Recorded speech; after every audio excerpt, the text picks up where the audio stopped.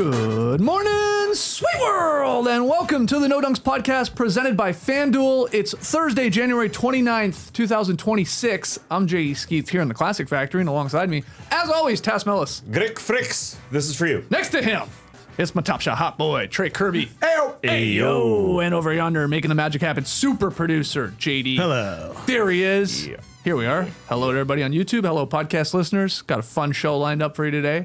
We'll talk LeBron, how emotional he got Is he going to retire? in his return to Cleveland. Oh, we'll talk about that. Yeah. The Knicks have rebounded after that post-cup slump.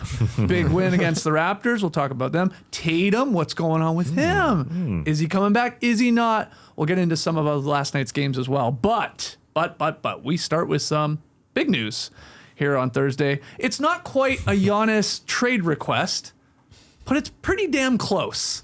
ESPN's Shams Charania is reporting that Giannis is ready for a new home, either before the February 5th trade deadline or this summer, and the Milwaukee Bucks are now starting to listen to trade offers. So here we go. Buckle up. I thought it was fascinating to see the influx of emergency pods dropping yesterday. Big news. For this Shams news. This is something that's been reported for a while, but always, Giannis saying, I'm not requesting a trade. I'm not doing that. Bucks sort of saying, no, we're not looking at offers. But now they are, Tass. Before we get into actual hypothetical trades where he could land, what was your reaction to the report there yesterday? Well, I like the instant reaction from other podcasts because they did the what draft picks can other teams get rid of work for me. I thought they did a really good job. Where do these Bucks, what is the front office really looking at? As far as Giannis goes, I think his injury did speed this up in a couple ways. First, I did think he wanted to give it a try this year completely to see what Miles Turner is beside him, what Ryan Rollins, along with Kevin Porter Jr. is in the backcourt. Now that you have an improved Ryan Rollins, Kevin Porter Jr. is their second best scorer. Now that he's also out, I think Giannis basically said, oh, man, we were done. We really have nowhere to go combined with his injury. It's basically at a point where he says to himself, the last four playoffs, I've been injured in two of them. My right calf has been hurt twice over the last couple months. And maybe he's saying to Alex Saratzis, his agent, I don't know how many more years I got left. Even though he told us that he's going to catch Michael Jordan in about 4 years for the all-time points leading scorer, I think he realizes that maybe it's just time to get this thing going just because of how bad things are in Milwaukee, period. If he wasn't injured, I think it would be a different scenario. The team would be 500. They are 500 when Giannis plays. Yeah, but I do think he was willing to give the guys around him a try. But now that the injury has happened, it's over. Yeah. Yeah, Giannis in the summer said, I want to give it a shot, but if in 6 to 7 months I change my mind, that's just a human thing to do. And it was 4 months later because the season went as poorly as some of us expected it to. Giannis got hurt. The team wasn't good enough with him, and the team isn't good enough by far without him. So this was kind of like a Garth Brooks video. Let the conversations begin. Yeah. But Giannis is doing his thing where he's like, I will not specifically say the words, I request a trade.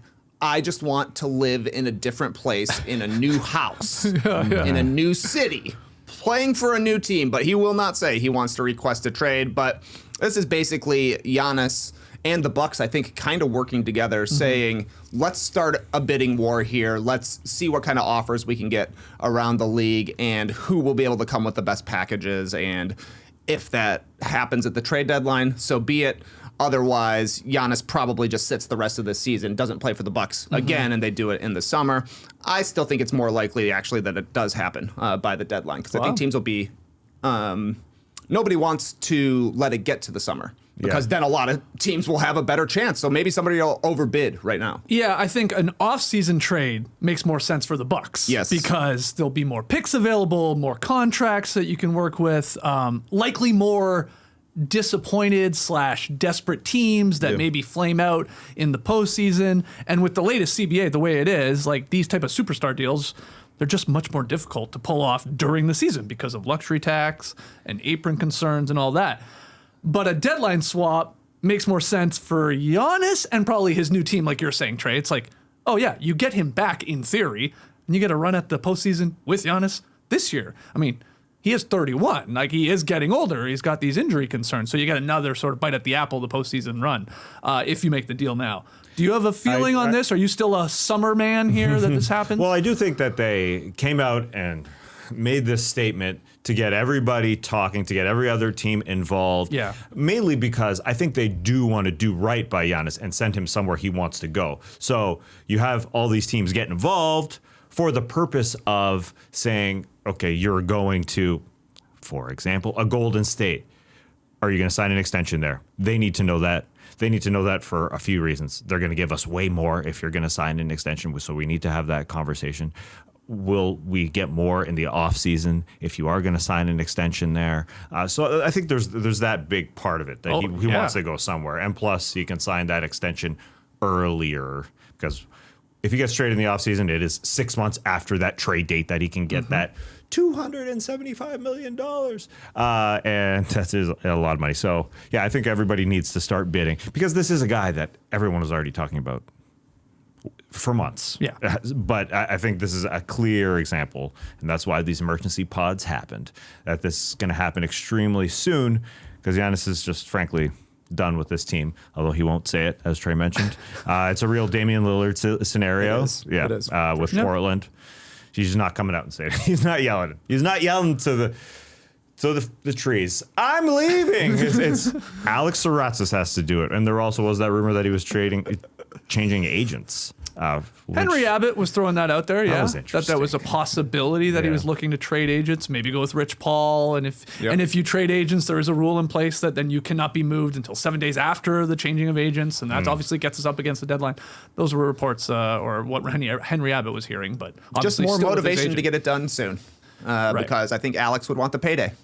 He would want that 10% of a $270 million contract rather than it going to Rich Paul. Yeah, I think the control part is important. I know you and I have talked about this before, this idea that, like, with Giannis's next contract, because he does have a player option in 2027-28, which effectively right now means he'd be on an expiring contract for next season if he wants to play it that way with whichever team acquires his services. So any team like going all in on him, pushing all their chips into the middle of the table, they're going to need reassurances that he's committed. Like, you would think so. Like, this isn't like Raptors rolling the dice on Kawhi, because they got Kawhi for not a lot. Giannis is going to get a hell of a package. So, like, you're giving up a lot. You're giving up a lot of draft capital. You're probably giving up young players, whatever. So it allows Giannis and his agent, who is still his agent right now, to sort of have like a preferred destination, I think, when it comes to these trade talks, because of the whole, well, yeah, I can be an expiring deal after 1 year if I want to. So he gets to sort of say, I'd like to go here, or I want to play here. Yeah, we've seen that sort of thing happen all the time. Like, the Anthony Davis is one that I think of, where he's like, I won't sign with Boston. So Boston was never a realistic trade destination for him. The team that trades for Giannis is going to have a deal in place, and he'll sign the extension as soon as he possibly can. Yes, I 100% agree.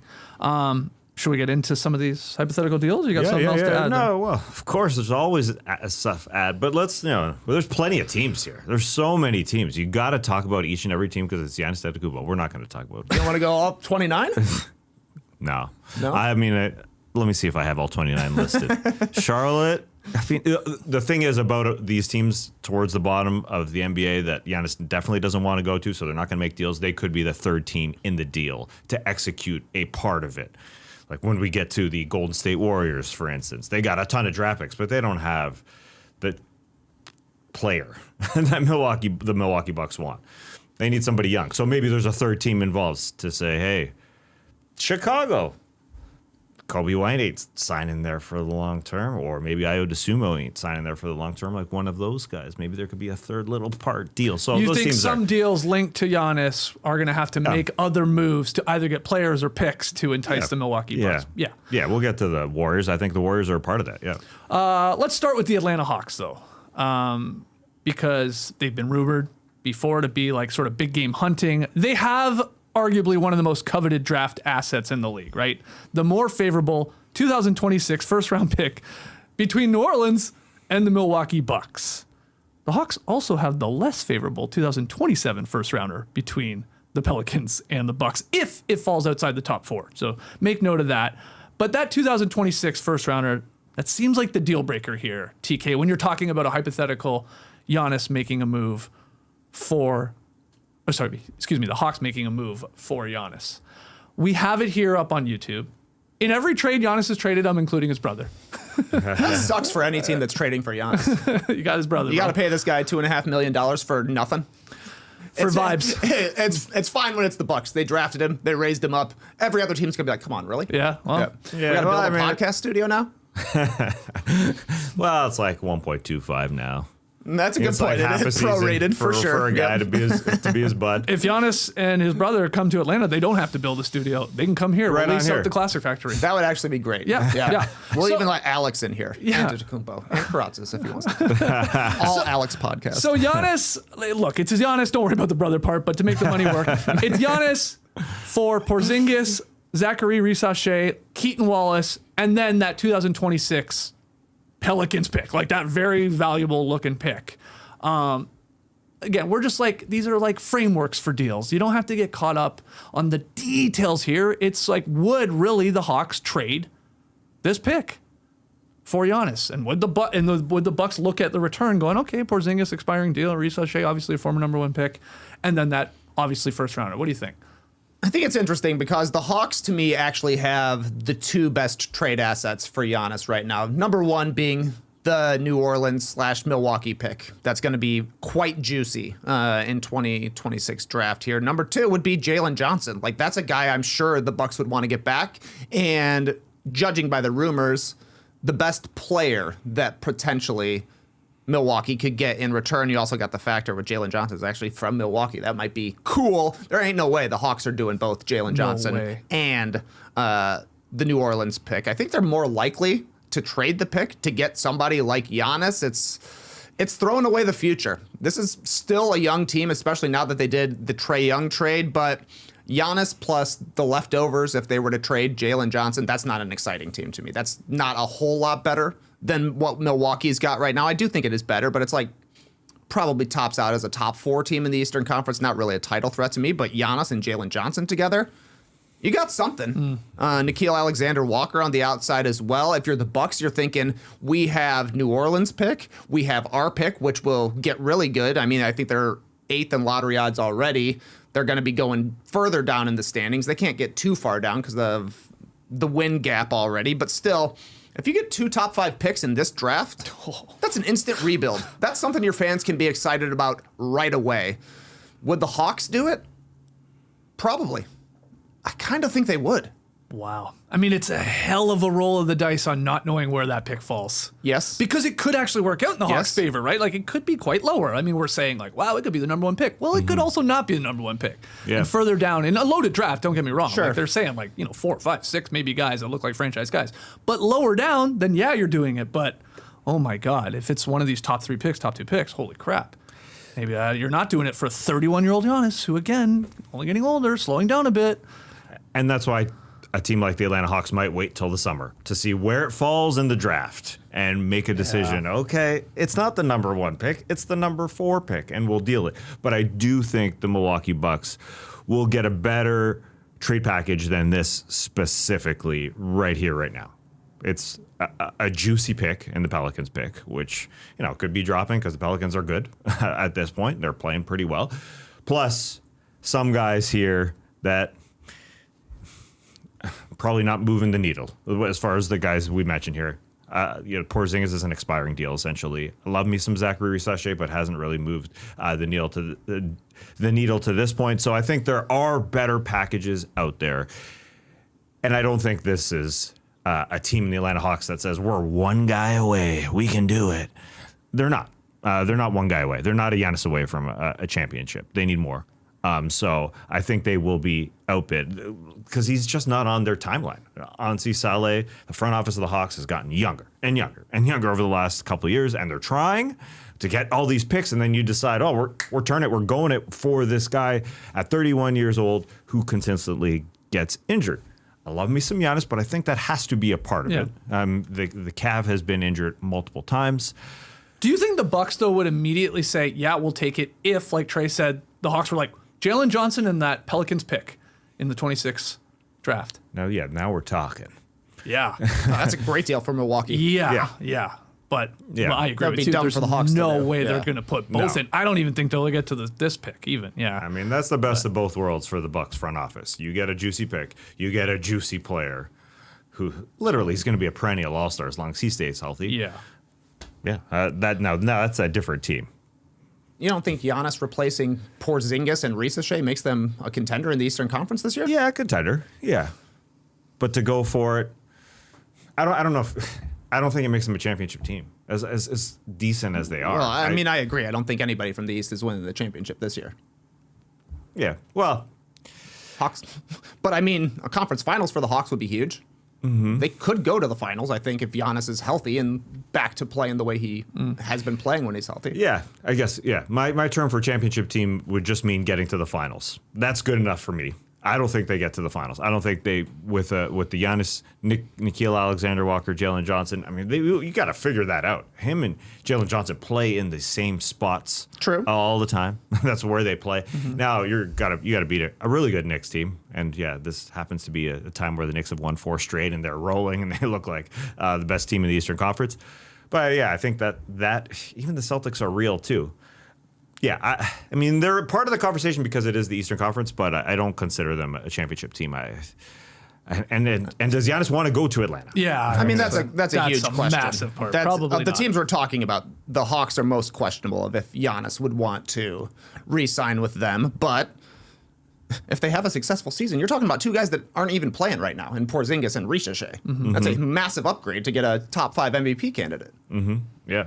And the Hawks, I think, should be hesitant to give up that Pelicans pick that they made such a great trade for last year, just before the draft, to turn it around and say, well, this juicy pick is going to turn into Giannis that may or may not be here for a long time. That's the hesitancy that I would have. They I need think assurances, a for big sure. part of this, if Yep. the Hawks right now were one of the best teams in the Eastern Conference, like top 3 right now, this then screams like a holy crap. We could win it all if we got Giannis, like you said, replacing 2 guys that barely play for us. But they're not. That's the sad part. They're still below 500. So it's like, yeah, they might be better, but it is no automatic like, oh, they are going to rampage their way through the Eastern Conference. You had Giannis to this team. Like, I'm not convinced. And then, man, oh my God, we could be missing out on another future star player if it's Darren Peterson or AJ DeBanza or Boozer or whatever, and other guys too. So I just they'd be silly they'd have to wait to see where that pick falls. And if Giannis is still there with Milwaukee, and are you still interested in the 4th or 5th or 6th pick? Then they're talking, but could be number 1, man. I mean, they got such a good percentage when you put the 2 together of the most favorable. So Yeah, and I mean, those guys could turn into Giannis. They could not turn into Giannis. But of course. It's also like, you want Giannis now or do you want Giannis in 10 years? Who knows? Yeah, It's tough to say. Next one, let's go to the Warriors. Warriors general manager Mike Dunleavy Jr. has said trading Jimmy Butler III is not something the Warriors could envision, even with him out with the torn ACL. Bullshit, Mike. Exactly. What if Giannis is in play here? So, unless the Warriors are going to trade Draymond Green, Butler's salary has to be included. It basically has to be included for a team-for-team sort of swap to get Giannis to the Warriors to pair him with Curry. So, we have on this one Giannis, his brother, of course, and then Bobby Portis with Jimmy Butler going to Milwaukee, Jonathan Kuminga, and then multiple picks and multiple swaps, which they do have a lot of draft capital. 3 first-round picks they could get up to there, 26, 28, 30, bunch of swaps.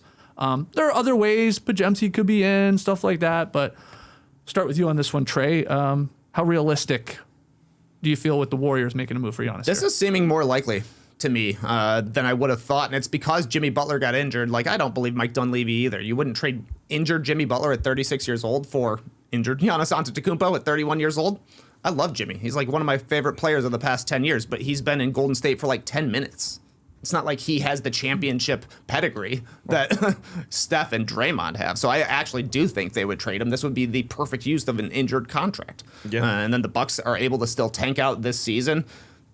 They could try and move Jimmy in the summer if they wanted to, or just say, hey, take your time coming back. We'll get another great pick in 2027. Though I guess they're still in swap mode for that Yeah. one. So who knows what's happening. But getting those future Warrior picks is interesting to me. Steph Curry cannot play forever.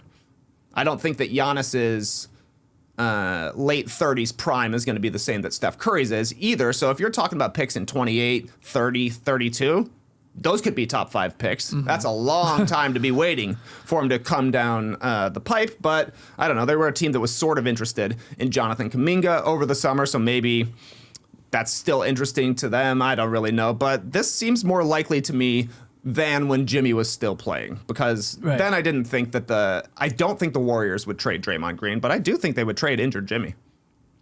Yeah, I think they have to. And I like how you put multiple picks on the board 3, here. 4 first-round picks, and then also swaps. They got so many picks. Yeah, they have 4 tradable first-rounders and then 3 potential pick swaps to go along with these guys that they'd have to get rid of, as you said, in Butler and Kuminga most likely. But I do think there would have to be a third team involved because the picks are very good. And again, I do think that all these talks have been forced to happen right here, right now, so every team outbids each other. But I think ideally they want a pick and they want a good player. And so I do think they would trade one of those picks instead of going directly to Milwaukee. Milwaukee would say, trade it to, let's get a third team involved that can give us a player. And I do think the Bulls, I know they're not the sexiest of names, but a pick for Ayo Dosunmu or Kobe White, whether it's protections or whatever, to get that involved to at least give the Bucks something. I mean, it's outbidding time. We're here, man. We're 7 days away from the trade deadline. Every team is talking. And Giannis is the center of the world. So this is what the Bucks ideally want both. So I think, this could be the juiciest of them all in terms of both a pick and a player.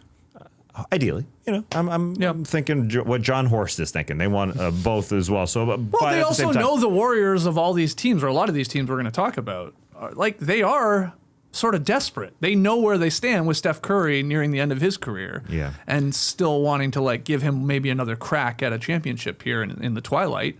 What better way than to do it with Giannis? Yeah. I mean, so you can ask for, the moon and the stars. I think. Yeah. Did the package increase get better because Jimmy Butler's injury? Yeah. Like Trey brought up, I think their desperation definitely picked up. Because they got to go for it, it feels like. But I think they would be willing to trade Jimmy Butler. I didn't even know about that Mike Dunleavy quote. But I already thought that the Warriors are leading. They're leading the pack here. And then you hear that Dunleavy quote, and it's, come on. They're willing to, they'd have to trade Jimmy Butler. Because Jimmy's may be able to help them next year. But they got to go for it. The Miami Heat are a popular team in Giannis trade rumors. They're always a popular team when a big superstar's name is coming up. And someday they'll get one. Yeah, maybe. They've struck out on basically every other big name that's come on the market. Yeah. Kevin Durant, Damian Lillard, those two. Mostly. But I mean, when was the last time they did it? LeBron. That was in 2012. Yeah. 2011. It's a long time ago. It's been a long time. 2010, yes. So what could the Heat offer the Milwaukee Bucks? Well, it could look something like this. Could be Tyler Hero, Jaime Jaquez Jr., Terry Rozier, his expiring deal, maybe, possibly. We're not sure. We think so. And then multiple picks and swaps as well. Now, they don't have as many draft picks right now that they could put in. They have their 2030 and their 2032. But there are swap rights in play that they could throw in there. Giannis and his brother going to Miami Heat. So, Trey, how do you feel about this one? Miami as a player here. I like to see him getting in it. And then I also saw that Giannis's mom posted a throwback photo of Giannis in the Miami arena on Facebook. I went to Facebook today to look at that. Yeah, I thought it was on her Instagram, but no, she was using a different Meta property. Oh, wow. Everything matters. All the breadcrumbs are important. So she was in the Kaseya Center, probably known as It must have been American Airlines at the time. Yeah. It was young Giannis. Yeah. He was slanging your yogurt back then. That's how young he was. So she was excited because he does bring up when he does his press conferences that his mom or his wife say, "Oh, we're going to Memphis," and that's the one that he brought up, Memphis. For some reason, I guess it was part of some rumor, and he said, "No." But they want to know Memphis, no, but Miami. Sounds more exactly. doable. Miami's attractive. If you're on Facebook and you're liking it, maybe. Is this enough to entice the Bucks? Something around this, you could put other players in, other young talent in, stuff like that. I don't think so. This is a pretty poor return. This, to me, is the worst return we're seeing, just because we've seen with Miami throughout their history. Well, maybe things will change whenever Pat Riley eventually moves on, but we've heard no rumblings of that happening. But they are always going to be trading their first-round picks to stay at least competitive. Like, they dodge a lot of bullets that other teams that are based in Chicago don't. But Miami ends up in the play-in tournament all the time, and they trade a lot of their future to stay in that same play-in tournament. So you know that they're going to try and stay competitive. I do think getting Tyler Hero and Jaime Jaquez back allows the Bucks to stay tank-worthy for the rest of this season. Hero seems to be a little bit banged up. He's been in and out of the lineup. Jaquez is not going to lead the team to the playoffs, so I think that this year's pick could still be good, and maybe that's the best thing the Bucks get back in this, is that kind of a guarantee of a top 5 pick going into the summer. But this doesn't seem great to me to get back for Miami. Like, Jaquez is good. He could win 6th Man of the Year. That seems to be his peak to me. Hero, I think we've probably seen it. He was an all-star last year. He was awesome. Maybe he gets back to that. And if he's the number 1 guy on a team where he gets to take every shot, he probably averages 27 a game. You're not winning a lot, I don't think. Right. But who knows? They would be middling at the best. So I don't think this is very good for Milwaukee. Yeah, I would be hesitant. I think Miami's more of a summer team, being that they get more picks. Yeah. As soon as that draft happens, they can trade the 26th pick coming this draft, the 30 pick, and the 32 pick. So you got multiple picks. Well, right now it's just 2 picks later on. Next decade. Yeah, it's the next day. It's 29 and 31 technically. But the Hero I thought they were swap rights in 29 and 31, and their picks are 20, 30, and 32. Who cares? Well, I don't know. I was going hard. Yeah, we can go. There is a very interesting, because they have if we want to geek it out, they have a lottery protected 2027 first round pick going to Charlotte that would turn into an unprotected 28 first round pick if it doesn't convey in 27. So that ties up the rest of the Heat's first round picks over the next 7 drafts. It gets technical. They traded that for Terry Rozier. Oh, yeah. That was a weird one. Good move. But I will say there's the players going to Milwaukee in this scenario, as you said. Tyler Hero kind of flies under the radar as an injured guy, not only this season, but throughout his career. He's pretty banged up. You're going to trade Giannis for primarily the premier guy here is Tyler Hero. The Terry Rozier contract, only a contract. And Jaime Jaquez, it could peak as a 6th guy, but I just don't think it's all that sexy for Bucks fans, number 1. And number 2, the picks just aren't that great. I don't want to be a Debbie Downer, but this is a good example of why this may hold out until the summer, just for every team. Because the teams will be more willing to see what's going on, even Giannis as well. I mean, there'll be more talks. I know, as I said, they've opened up the table for everybody to talk, but there'll be more availability, more potential for trades in a few months, unfortunately. And then the New York Knicks. Now, we don't have a trade board because it is very difficult to make a trade right now with no draft capital that the New York Knicks basically have. Yep. They got 2nd round picks. I don't think that's going to cut it here. And obviously, like trading Karl Anthony Towns, you could do it, but they're a popular spot because we've heard reports that Giannis wants to play for New York. So can the Knicks find a way to make this happen before the deadline, Trey, or is like no way? I mean, don't count him out. Thanasis was a 2nd round pick of the New York Knicks, and that guy's turned it into a 10-year career, all on his own merit. So you can get good players in the 2nd round. This is not likely going to happen during the season unless Giannis puts his foot down and is like, I'm only going to New York, and then it's going to have to be going through like the Bobby Marks handbook of which teams also have first-round picks that they would help facilitate here, because it just doesn't make sense to do a deal with the Knicks, because I don't think Towns coming back to Milwaukee as the featured centerpiece in this deal is all that enticing to Milwaukee. But, we've seen trades happen that aren't great for the team because the Bucks would be trying to do Giannis a favor. Right. They shouldn't be doing that at this point. But they at least have to be mentioned, the Knicks do. They have to be mentioned for sure, because it was a desirable location.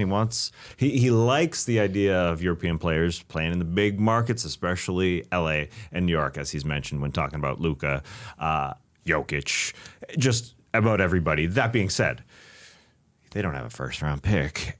Would they make a third team involved, like our man Tim Bontemps brought up, to trade one of their big-name players, whether it's one of their monster wings, like OG especially, or Towns to go get picks, and in return give him up for Giannis Antetokounmpo?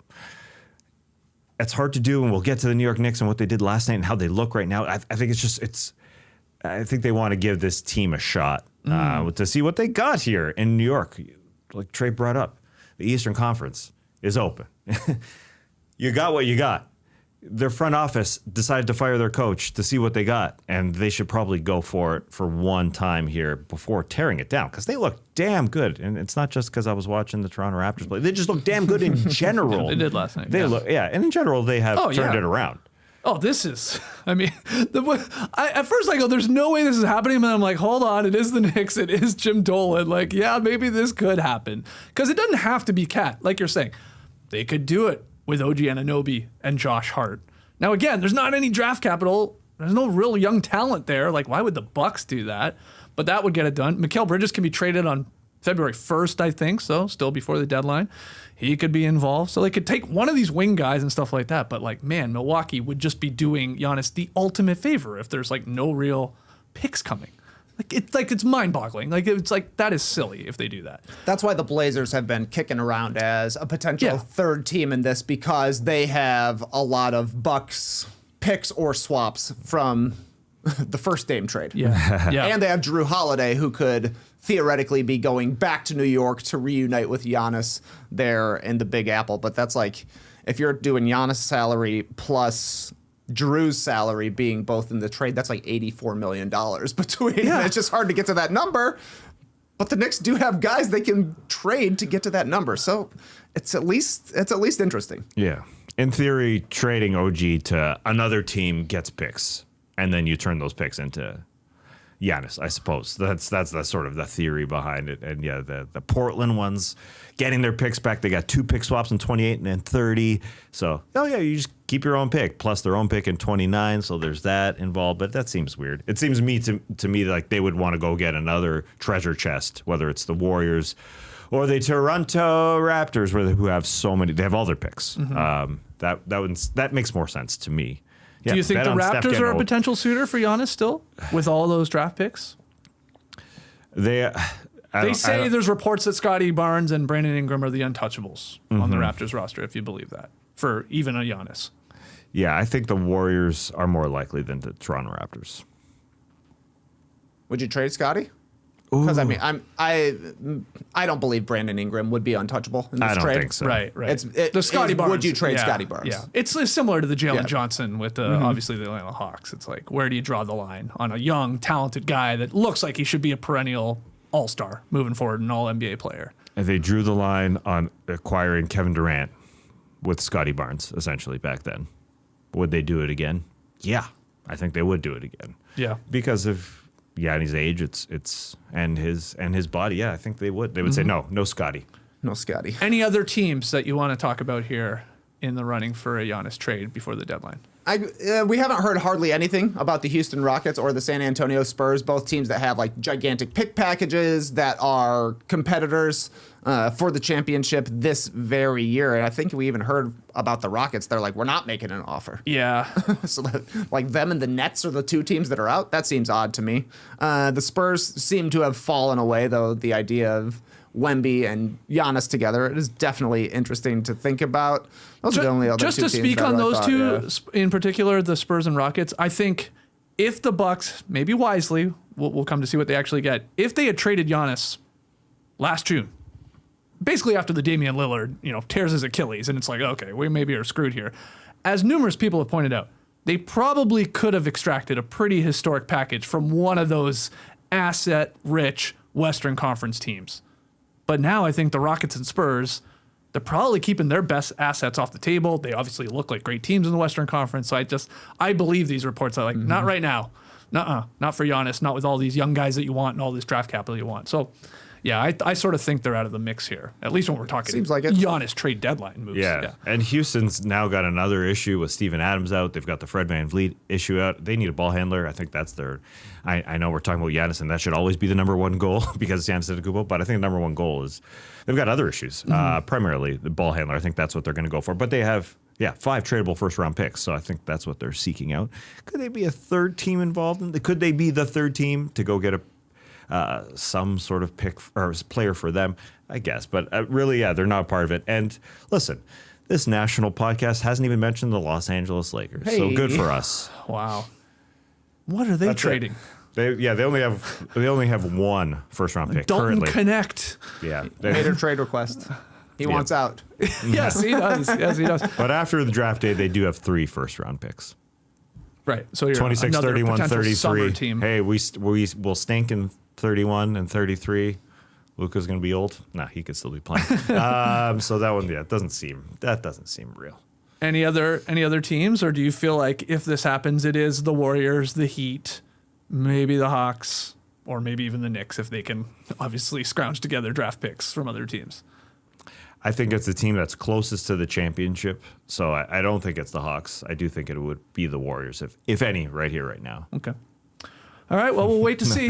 Let us hear. What, you're not excited about a Vooch and Patrick Williams led package for Giannis and 9,000 first round picks? Please save us. Please save us, Giannis. Come to Chicago. You said you like it there. They drafted your brother once upon a time too. Please. We'll even throw in Buzelis. We'll do it. Wow. Okay. Now we got a conversation going. All right. Hold on. Which brother did they draft? I think they had Costas. Oh, Costas. Yeah. Oh, wow. Who could forget? But he likes to play on the Costas by New York. Sorry for the pun. So I just wanted to bring up Brooklyn. Was Brooklyn a thing? They have a lot of picks. They're one of the teams that said nah. Sean Mark says no. They said it's too early. Too early for us. Yeah, I just don't buy any team that's not good trading for Giannis here. I agree. And almost nor should they in a way. Like, okay, you're going to sell a bunch of jerseys. You're going to put butts in seats. That's cool. But I don't like Giannis on another crappy team is just Giannis on the Bucks right now. Like it's not that inspiring. Yeah. So he's got to go to a good team to win his, that second championship that he wants. So it's got to be a team in the mix, right? Yeah. And I do think the 12 and a half years that he's given them, the blood, the sweat that he's put in there will make the Milwaukee Bucks front office trade him to somewhere he wants to go. That is a part of it. He has to want to go there. And again, because of the contract extension, he can sort of dictate that as well. Yeah. So I'm with you. He has to be willing to put pen to paper and sign an extension, yes, and just be there for a long time. So Brooklyn, as much as he's had fun there, when it's been Greek night and he goes there, there's been plenty of dances. They've had a lot of fun. Astoria shows up. It is fun, but they ain't gonna win. So it's a tough one. It's Michael Porter. They have 10 draft picks. Michael Porter and 10 draft picks. What do you want? I'm glad you brought that up. This Bobby Marks fact blew my mind. And I'm just taking him for his word here because it sounds insane when you say it out loud. But based solely on first round picks, the Thunder, the Nets, the Hornets, the Grizzlies, the Kings, the Jazz, and the Wizards have the most to offer because those 7 teams I just listed control 50% of the tradable firsts in the next 7 years. I just listed 7 teams that have 50% of the tradable firsts over the next 7 years. That sounds fake. That sounds incorrect, fake. but I'm trusting Bobby on this one. He knows this stuff. That's crazy, man. Bobby would never lie. He would never lie about that. So. Go to Charlotte. That'd be awesome. That'd be amazing. Yeah, it would be cool. They have like so many bags of beans they could throw in to equal up to Giannis's numbers. They got a lot of picks. Yeah, they would be an exciting team. Stays in the East. It would be fun. Yeah, man. I think that's a part of it too. That's That why would be one the of the Warriors coolest thing is team. interesting. Like I get Yeah. it. I get it because you pair him with Curry and you got Draymond, you still got a good team. But you're in the Western Conference. Like if he really wants to win a second title, your chances are best to stay Big time. East, my man. Yeah. So go to Miami, go to the Knicks, go to one of these other teams maybe. But we'll see. There was the 76ers chitter chatter, 3 first round picks that they have offer, and they do have young players, plenty. John Horst would probably say VJ Edgecombe has to come over here. Right. Like one of those Jared guys. McCain, and like I know he's had a brutal sophomore year, but like was good in his rookie year. Something. Staying east, you play with Embiid. You got banged up legs, obviously. That would be a problem. But yeah, the east side, I do understand. So basically, that. you're trading everybody except Maxey and Embiid in that hypothetical to get Giannis. Paul George is on to untouchable. Philadelphia. Paul George, Paul George is untouchable. well, I don't think he would be part of it. No, probably. He would not be part of it from the Milwaukee side. They're not trading for Paul. Basically, George. when the dust would settle, you would have Maxey, you would have Paul George, you'd have Giannis, and you'd have Embiid, and then whoever else is remaining. That's a Daryl Morey move. Yeah, hey, look, And 3 first-round picks that I'm not 100. I think they have 3 first-round picks of their own that they can trade, and those would be very, very appealing because eventually Joel Embiid will not play basketball anymore. You know, like they're getting closer to their end. I mean, Maxey will still be there, but squint and they look like really good picks. Giannis is such a good player that Bobby Marks basically had to upload every bit of information he has about 29 teams in the league. He's like, here's every asset in the entire NBA. You know every single draft pick now that is possible to be traded for the next 7 years just because Giannis wants to get a new house. yeah. That's amazing. We'll see It what is happens. amazing. Yeah. I'm trying to think. We've been here. We've been doing this forever. Has there been a moment like this where the draft experts get every pick out there into the database, they catalog everything, and then they show you everything? Like we don't really see, they obviously catalog them at all times, but they don't really publicize them. No, you usually get like 4 teams. Yeah. Not 29. Do you think the Thunder are calling the Bucks and kicking the tires on trading for Giannis? No. I don't think they are. Okay, well, no. I'm curious. Like we always They hear, should all call 29 teams are calling. No, they're not. I don't think they are. But I wonder how Yeah. many are. Like, is But it should 20 they? plus? Well, should they? Is a whole different Should they? Well, you don't want that to leak, though, do you? Sometimes. You don't. All You right. don't. All right, we'll leave Giannis there for now. Lots more Giannis talk, I'm sure, in the next week or so, or an emergency podcast if he's traded. We'll take a break and then we'll get into some of the games last night. True or false? Ladies and gentlemen, it's the last call for football on FanDuel. One final Sunday, one last kickoff. A little Bad Bunny? Oh, yeah. Whole bunch of commercials, you know it. Some touchdowns? I hope so. Some nachos? Probably. A beer? Maybe. And the final chance to place your bets before the NFL season closes its tab. This is Super Bowl 60, aka Super Bowl backwards big shirt. Okay. Trey got it. Super Bowl LX. Oh. Backwards Got it. big shirt. I'm calling it backwards Super Bowl big shirt. backwards big shirt. That's catchy, actually. FanDuel is making sure you're in on it. If you're a new customer, you can bet $5 and get $200 in bonus bets if you win. So whether you're backing the favorite, riding with the underdog, or building one last same game parlay, you got to make it count, baby. Because after the Super Bowl, the season's over. That's just a fact that FanDuel wanted you to know. When they play the last game of the season, that season is over. So, just make note, put it in your calendar. Football is over after that Super Bowl 60 game. What about the flag football leagues? Are they around? I mean, They got to start training for the Olympics right away. Yeah, in 28. Yeah. Oh, yeah. Got it. Last call for football on FanDuel, an official sportsbook partner of Super Bowl 60. Visit fanduel.com/podcast to get started. Okay, let's play a little true or false.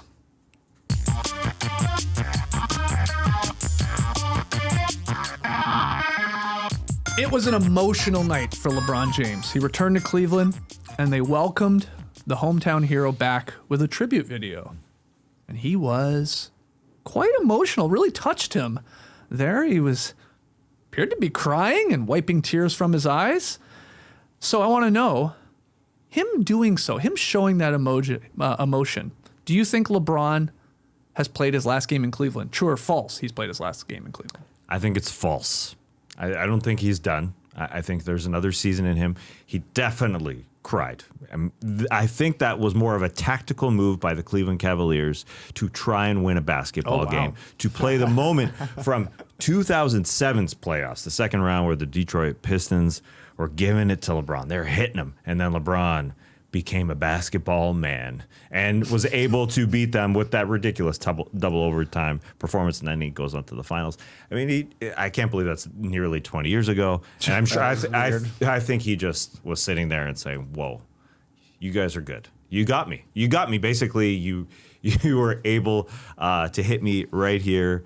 And everything was weird about LeBron. Even his post-game interview where he was sort of asked about the whole thing, and he said, you know, when you were here and you went to 10 straight finals, and then you go to LA, and then he stopped. He said, whoa, hold on, 10 straight finals. Did I go to 10 straight finals? He asked somebody, and they said, no, it was 8. He goes, oh yeah, 8. I've been to 10 finals. Like, he never screws up, and he just screwed up, and that was all it was. They got him, and he had a bad night. He had a bad night, game-wise, play-wise. So I think they did a great job, but I don't think he's done. You think he will maybe play for the Cleveland Cavaliers? Well, I don't know. Ooh. You know, Dave McMenamin saying there's some mutual respect, obviously, but the idea that LeBron maybe if he finished his career with Cleveland for the third stint. But what do you think last night, TK? We can talk about that, the emotional tribute video, and whether or not he played his last game. I'm with Tess. I think it's false. And I do think this is a tactical move. And I do think it's because they're recruiting LeBron again. And I think he will go back there. I think this was all a coordinated thing from the Cleveland side. I don't know exactly how involved LeBron would be. But like you mentioned in the Dave McMenamin piece, he writes, multiple team and league sources told ESPN the Cavaliers would gladly welcome James back this summer if he wanted to return to Cleveland for his 24th NBA season and third stint with the team. Then they play a tribute video for him, which they've done every time he's come back. He deserves one every single time he comes back. I thought it was a nice touch that they're wearing like the LeBron era jerseys, and they show highlights from him wearing those jerseys against the Pistons back in 2007. But it just seems unlikely to me that LeBron is going to retire at the end of the season without announcing at some point, this is my last season. The guy's wearing a patch on his jersey, honoring himself. I think he's going to want the year-long retirement tour, and I think it will be back home in Cleveland, where I started and where it ended. Full circle. Very possible. I mean, if you listen to his post-game press conference, it is funny. On one hand, for minutes at a time, it does sound like this is it. Like he's contemplating hanging it up at the end of the year. Now, he always says, I'll decide after the season ends and where I am with my health and where I am with my family and all of that. So he always says that, and he's been pretty consistent. But on one hand, it sounds like a guy that's like contemplating, wow, what a career, and maybe this is it, and like I'm trying to be present and take this in. But then on the other hand, the other 5 or 6 minutes, it sounds like a guy that's like, yep, I still got a lot left in the tank, and I probably have one more year left in me, and maybe it's back here. So it's like, yeah, I'm torn. I guess I am on record thinking maybe this is his last year. But hell of a move by the Cavs. You guys are right. The game ops to get his emotions going. And they waxed them. They smoked them. They crushed them by 30. I mean, we could talk about the game a little bit. We had Luka having a scare there where he hopped after a shot over to the side, and he fell off the court in Cleveland because it's a raised, elevated floor, and he twisted his ankle. He returned to the game. But the Cavs looked awesome in the second half and steamrolled them here. Yeah, I forgot about that elevated floor in Cleveland, but it's a thing. And there were people commenting on YouTube on, I think it was your short, Skeets, that you made about the elevated floor. No, it wasn't me. It wasn't you? No, I don't think so. I could have sworn. Well, your face is on the thumbnail, so I figured it was you. I think. Anyway, it doesn't matter. And basically, somebody Googled, oh, they've got an elevated floor? Our video came up, essentially. This is what happened. I will say... We've talked about it before. I know that. It's the Cavaliers raised Court Dangerous 2 years ago. Jay Skeets. Really? Yeah. Hey, man, we do a lot of content. I guess so. Well, it's funny you say this. I was like last night judging a lot of people online. I was like, oh, man, we got a bunch of casuals out here because we've known this for a long time that this court is in theory dangerous because it's elevated a ton, just the way they built it. But anyway. Yeah, sometimes you see them in March Madness or something like that when they play in a football stadium or something like that, but you don't see it often. But in Cleveland, you always see it.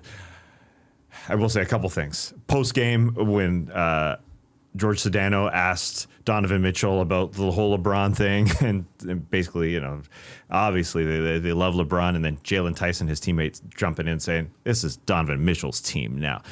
That was hilarious. Number one, this is Donovan Mitchell's team. It is interesting. It is interesting to have the whole arena cheering for the opposing player while, you know, you're balling. But I am glad I mentioned Jalen Tyson. I'm glad I picked him on my Rising Stars game, my roster when we drafted them, because I think he was the best player on the floor at times yesterday. He looked so good. Yep. He was so good. He was not backing down from LeBron either. No.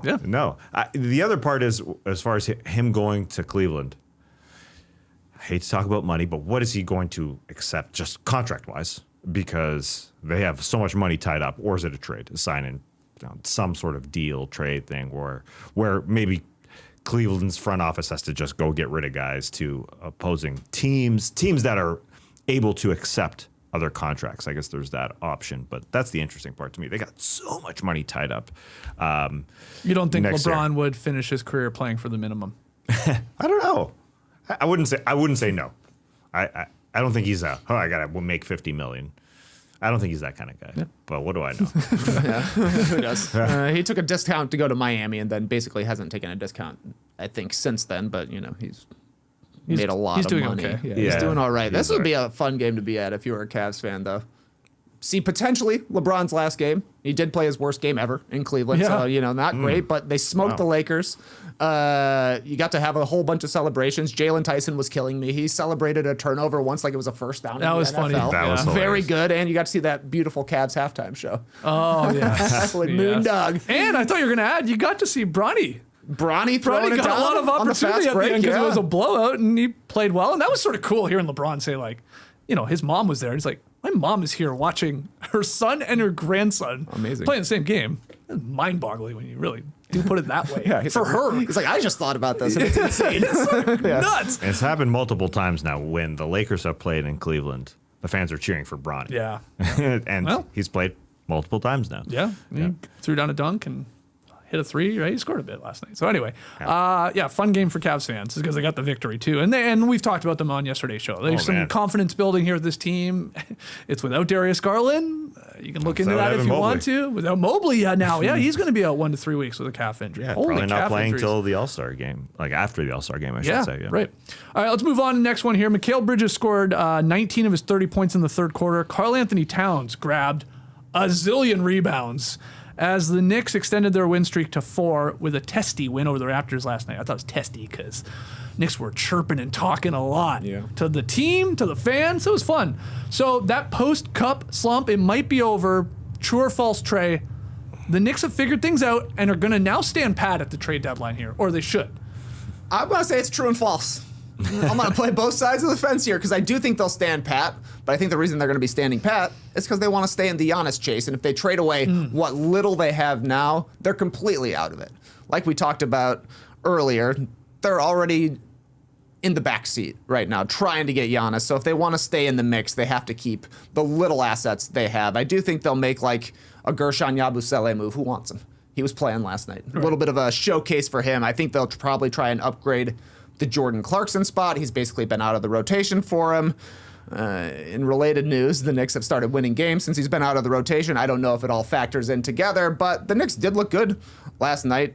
Towns, 22 boards. That's a lot of roast beef. He could not score. Every time he got the ball, they were just stripping it on him down low. Colin Murray-Boyles was all over him, but I still thought Towns played great. He was so physical. He was playing tough. He obviously dominated the glass, and that's really where the Knicks won last night. 60 points in the paint for New York because the Raptors just looked pretty small inside. It was kind of a layup line. Toronto, 12 turnovers in the second half. Couldn't hit a three. Meanwhile, New York's getting layups and shot 10 of 19 in the second half from three. So it was a good recipe for the Knicks, not to mention OG Anunoby is never going to lose against Toronto. 6-0. He averages 21 points per game against the Raptors in those 6 games. He averages 13 for his career.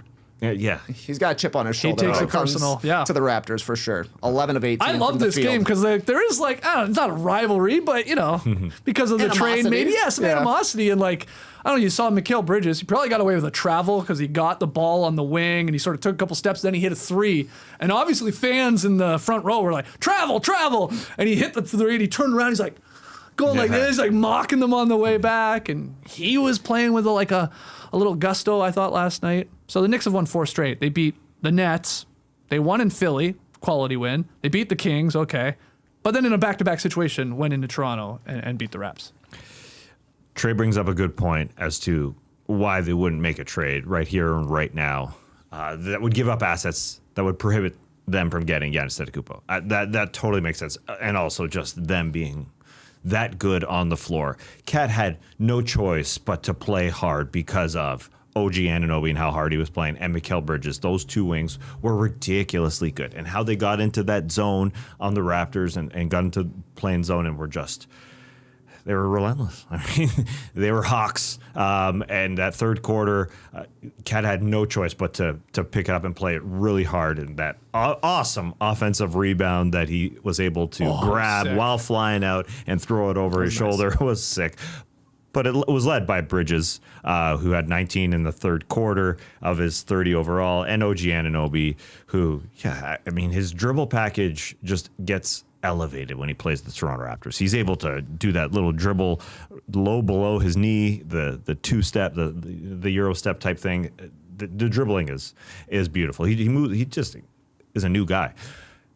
And I think this is an indicator for the Raptors, where Karl Anthony Towns has 22 boards without Mitchell Robinson in the lineup, that they need a big now. Just somebody. They need somebody large. They need somebody, whether it's Goga Bitadze, who was ruining the rim in Miami yesterday. He was hanging on the rim pregame, and they had to go set it. Like, that type of player is somebody that the Raptors need. Just a big body, because they're tiny with Jakob Poeltl. It's good for Bobby Webster, the new front office, that kind of gets swept under the rug, that they just extended Jakob Poeltl, and his back is out. That's a big, long contract, but they're teeny tiny. Good to see Colin Murray-Boyles back, but again, that's without Mitchell Robinson. They also didn't have Deuce, but they kicked ass. They look great. Two other takeaways for me last night. I guess three if we talk about Mikal Bridges' post-game interview, which I want to. But the Raptors are a good story this year. I mean, I think I've surprised a lot of people. You know, quality record. Obviously, Colin Murray-Boyles has been great when he's played and all this hustle guys and stuff like that. But they're clearly like a tier below the good teams in this league. And that's fine. I mean, hopefully you get your way into that. But like, they have a brutal record against like the best teams in both conferences. I think they're 1-9 now against sort of the top teams. Okay, there's that. The Knicks, when you watch them play like this, I'm 100% convinced they can win a title. When they play like this, when they play this hard, and those wing guys are contributing, and this Brunson didn't even have a good game. I mean, he was like sort of a little sick, foul trouble, all that. Like, when I see this, I'm like, yeah, of course. I get it, Dolan. You could make a run here and should make a run in the Eastern Conference this year. And then finally, Mikal Bridges, that was an enlightening interview after the game. I don't know if you guys saw it or heard it. He said he hasn't been coachable recently, potentially due to a sense of entitlement. And he says, I got to be the best teammate I can be and let the basketball speak for itself. So he was like basically talking about like that slump when, you know, Bridges was having a brutal January and his name's coming up in trade rumors, and Cat, same thing. And, there's maybe some conflict with the coach. And obviously Jalen Brunson calls the players only meeting. Like, it seems to have worked. Like, whatever Jalen Brunson said, whoever talked in that meeting, it clicked a little bit where like enough of this, like, what are we running? Mike Brown's defense. Like, it's on us here, and we need to play hard to go along with our talent. So it was just cool to hear him talk like that after a really good game. And he was sort of admitting or taking accountability. Yeah, like I wasn't being a good teammate. Yeah. So they're rolling right now, and we'll see if they can keep it going. All their teammates are fighting, as you said. Brunson playing through illness, Hart playing through an injury. Oh, yeah. And that's another part. Hart is back, playing. I know they were losing a little bit when he first came back, but he's been back in all these, and he's doing the finger guns at the Raptors bench. Garrett Temple threw a towel at him. I guess he apologized after. But that was when the game was over, basically, at the end there. All right, next one here. According to Mark Stein, the New Orleans Pelicans have set a high asking price for Trey Murphy III and Herb Jones in trade talks. The Pels are reportedly seeking a Desmond Bane-like package in return. So we're talking here multiple future first-round picks in any sort of deal, in addition to matching salary. So true or false, Tass? Trey Murphy III and Herb Jones are worth a Desmond Bane type of trade package. I think it's true-ish for Trey Murphy, specifically. I think Trey Murphy is just an incredible player. So specifically him, he's a modern NBA player. He's so good. He's having a really good season. Herb Jones, a very good defensive player, but he's not on the level of Trey Murphy. So there's that two separate things. At the same time, I think the New Orleans Pelicans and what the Benson family did by hiring Joe Dumars to start this season is their idea of this team is to try and grow it internally. And so I don't see those guys moving. I did, a few weeks ago before Jimmy Butler got hurt, I thought the Warriors could sneak in and grab Trey Murphy if they continue to play incredibly poorly in New Orleans, but they're playing better. And I just think it's one of those organizations that you don't need to trade everybody. You might as well just floor a decent basketball team and you have your fans at least have something to be excited about. And I don't think they're going to trade these guys. I don't think either one. Just they got something going for them. They won in Memphis. Okay, not a huge deal, but they beat the Spurs. They played a good game against OKC. I don't see the deal happening.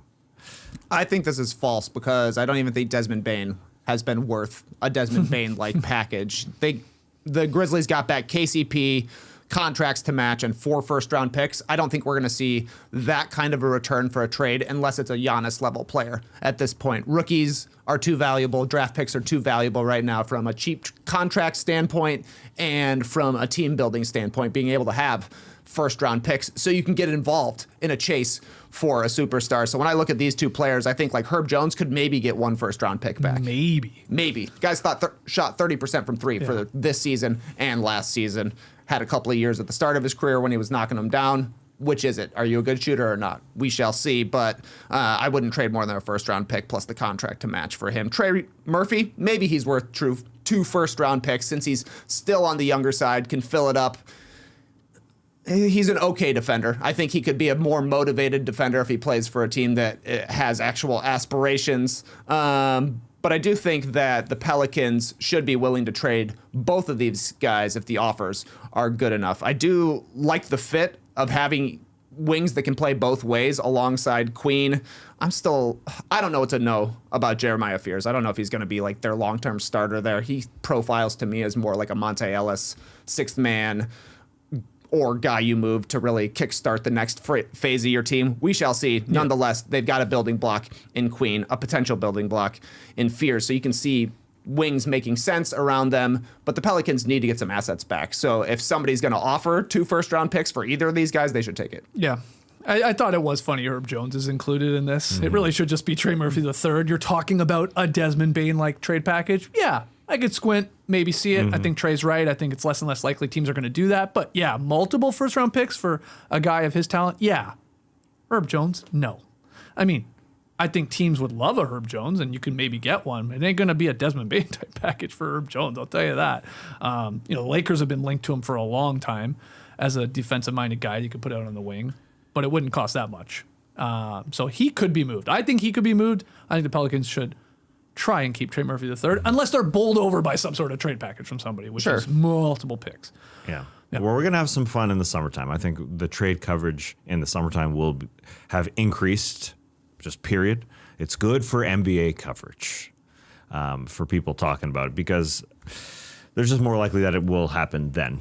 And I think the Pelicans may change their direction then rather than right here, right now. Final one, Celtics forward Jayson Tatum told ESPN on Wednesday that he hasn't made a decision about whether he will return from a torn Achilles tendon this season because he, quote, wants to get it right the first time, so it's just a lot to think about. Earlier in the day, Chris Haynes reported that Tatum was reevaluating the situation and considering sitting out the full season. True or false? Tatum will not play this season, Trey Kirby, and your bold prediction of him hitting a game winner in the playoffs will not come true. Okay, I'm saying false, which means I think he's going to come back. Yep, that's right. I would have said 100% I think he's coming back after they had him practice in front of reporters for an hour. I was like, you don't do that unless he's planning on coming back. But now we've got Chris Haynes reporting that the situation has changed. Chris also said Jayson Tatum told him personally, I am coming back this season, but apparently something is different now. So does that mean he's had any sort of a setback? Or is it just like he's a little nervous about reintegrating with a team that's kind of had a surprising season and at least as formulated seems like they have a chance in the Eastern Conference, even without Tatum. That being said, I still think he's coming back. Okay. Yeah. You don't set your mind on a goal like this and then say no at the very last second. Yeah, what a 180. It feels extremely different. I watched the clip of Chris Haynes getting the report. He was literally looking at his phone. and did it compute in his head? Do do I actually say this? Because it's very different than Right. what I said. And so if he's saying it, I'm buying it. It feels legitimate if he's going to come out and say that somebody's not going to play the rest of the year. Here in January, it's still somewhat early. Yeah. It's not anywhere close to his basketball return date. Yeah. He literally, 2.5 months of regular season, so he could not want to play now for a month. And that's why it's kind of still up in the air. And it's hard to say if it's true or false. But if he's going to report it, I'm buying it. I mean, Tatum by all accounts, has been increasing like his workload of late here, and like you said, this full workout in front of reporters. I guess I was in Detroit last week. I think you can be physically close to a comeback, but maybe mentally not there. In addition, Tatum may want to come back. Tatum says he wants to play, but the Celtics might be like, hold on, our doctors think, let's get this right the first time, and let's not rush anything. And maybe that does mean give you the rest of the season and another off season to really, build that leg back up to full health. So yeah, I mean, this is a tough question to answer. Like the true or false, like it's like, who knows? I sort of think he will too. Yeah. Maybe he shouldn't. I mean, but then that's all depends on what happens when he comes back. Yes. If he comes back and re-injures it, oh my God, everyone's gonna be like, well, you shouldn't have. If he comes back and helps him make another playoff run, and everyone's like, yeah, perfect, well timed, so who knows? I did think it was interesting, Jaylen Brown's little interview where he's like, you see what I've been sacrificing? I could have been doing this for years, and we haven't fallen off at all. I kind of was like, you throwing shots? That was strange to me that Yeah. he would say that, though. I mean, he should be talking himself up. He's having a great season, and the Celtics are still good. Mm-hmm. No, they lost last night. Yeah, they the got Hawks spanked. crushed him. Yeah, Yeah, got smoked some him. revenge after the Celtics crushed the Hawks not long ago. Maybe it was the comment. Jaylen Brown did not look good out there last night.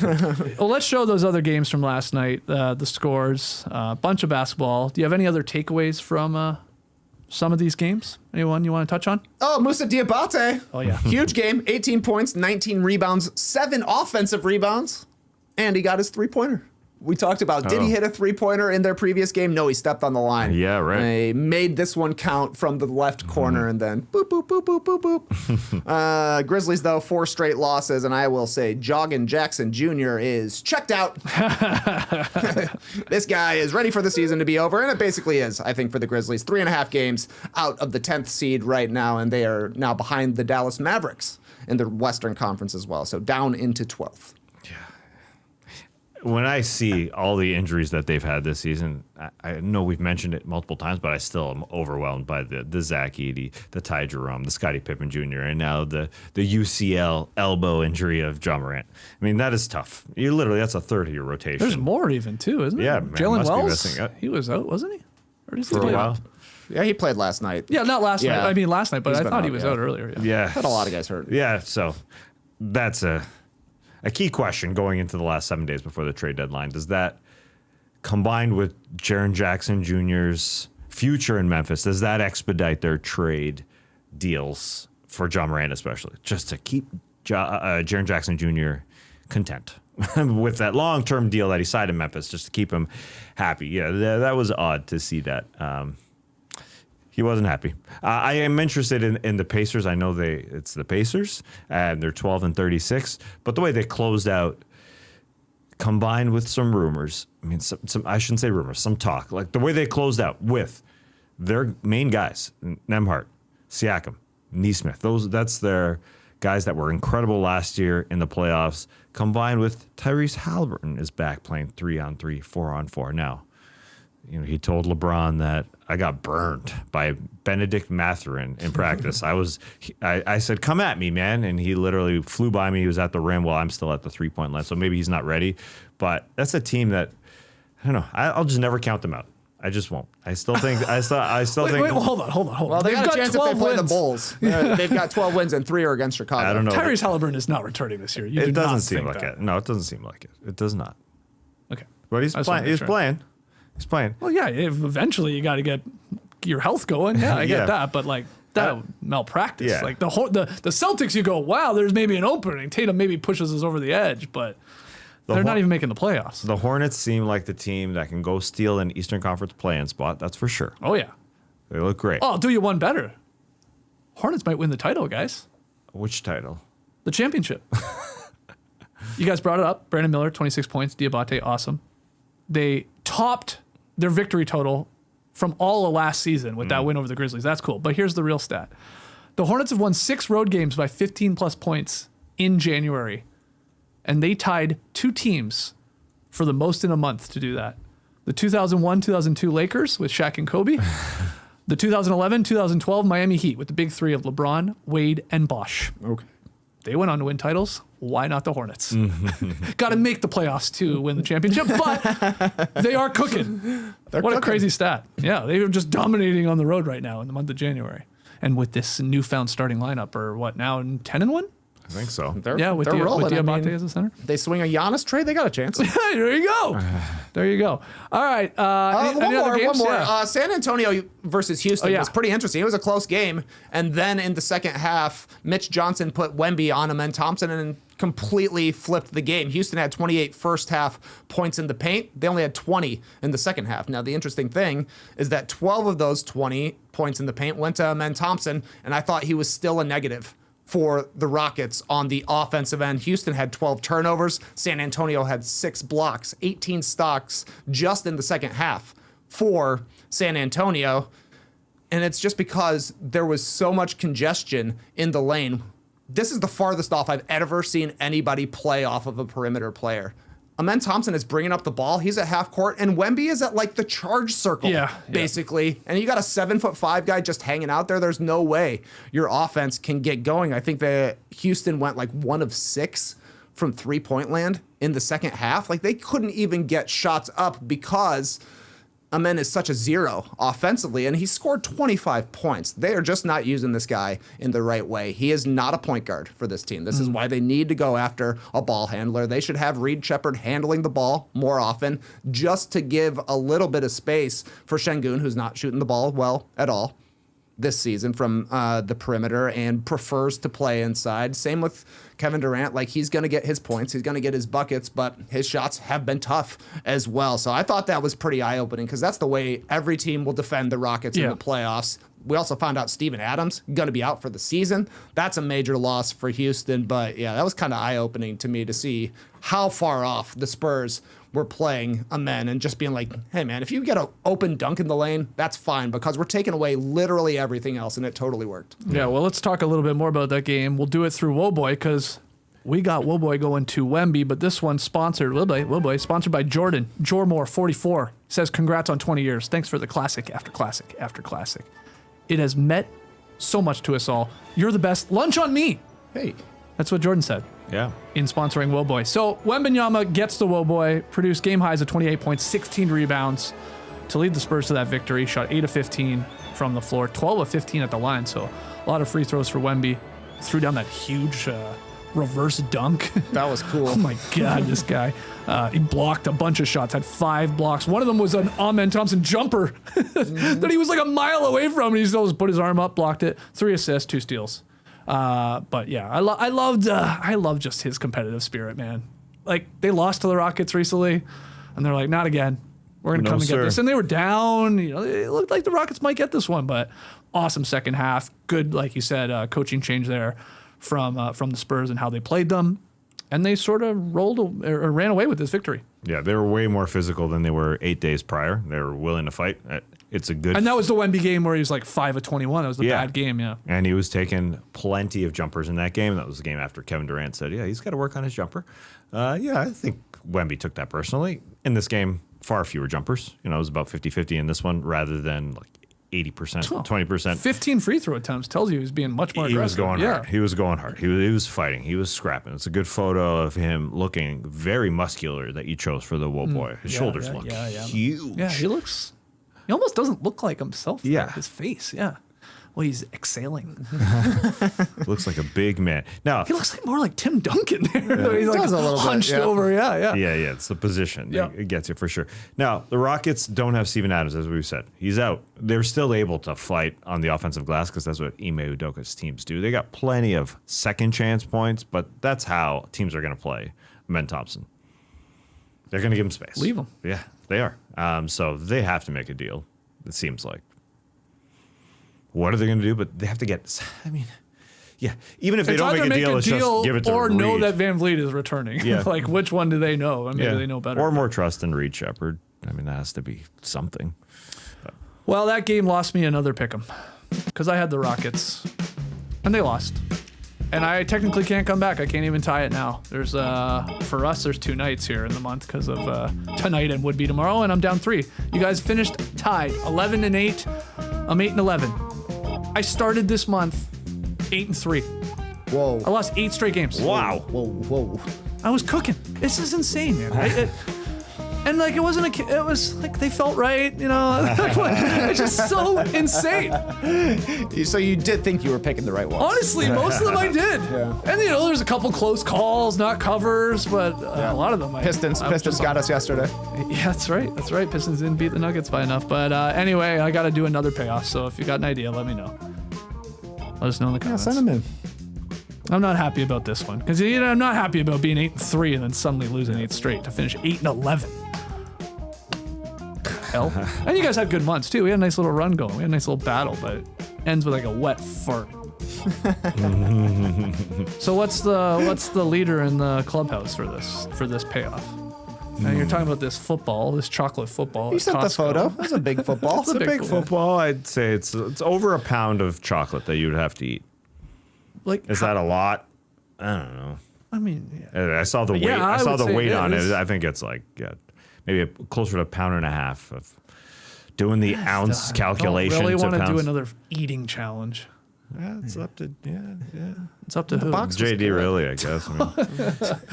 I mean, it is tied to football. It's football time. You want to go to Play It Again Sports, get a full set of football pads, and take some hits? I'd rather do that than Go eat a bunch across of the middle? chocolate. Yeah. Yeah, against who? Yeah. That'd be like an actual high school team. That would suck. Yeah. At the Celtics game yesterday, they kept showing guys from the Pats that are going to the Super Bowl that are in the stands. Like, they are. One was an offensive lineman. You just reminded me. Very large man.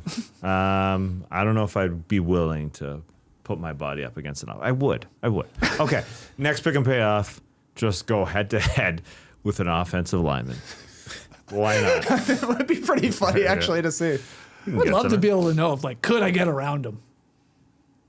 I mean, you got speed, but they're also speed. incredibly fast for their They size. are. So That's it's like, a could you? shocker. Like, Yeah. I don't know. It's like American Gladiators, what we're It talking kind of about is now. like American Gladiators. Yeah. Do you know any ex-linemen?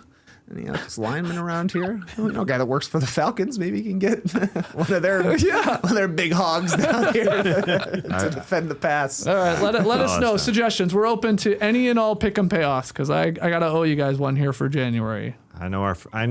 Somehow I know our man, Jim, don't call me James Miller. He knows some big linemen. He knows a big lineman. I don't know how. I don't know why, but believe he's you, got too. he's got ties. It probably does. He can get somebody in here to ruin our studio. All right, let's hear everybody's thoughts on the latest Giannis trade rumors. Is he being dealt before the deadline? Which team has the most attractive package? Do you think this bleeds into the summer? Then who's the team that's going to make the deal? Or maybe you're crazy and he's going to stay there forever. Not hearing a lot of that anymore. Hey, he can change his mind for sure. Yeah. It's like, no, I like it here in Milwaukee. Yeah, he is just a human. That's right.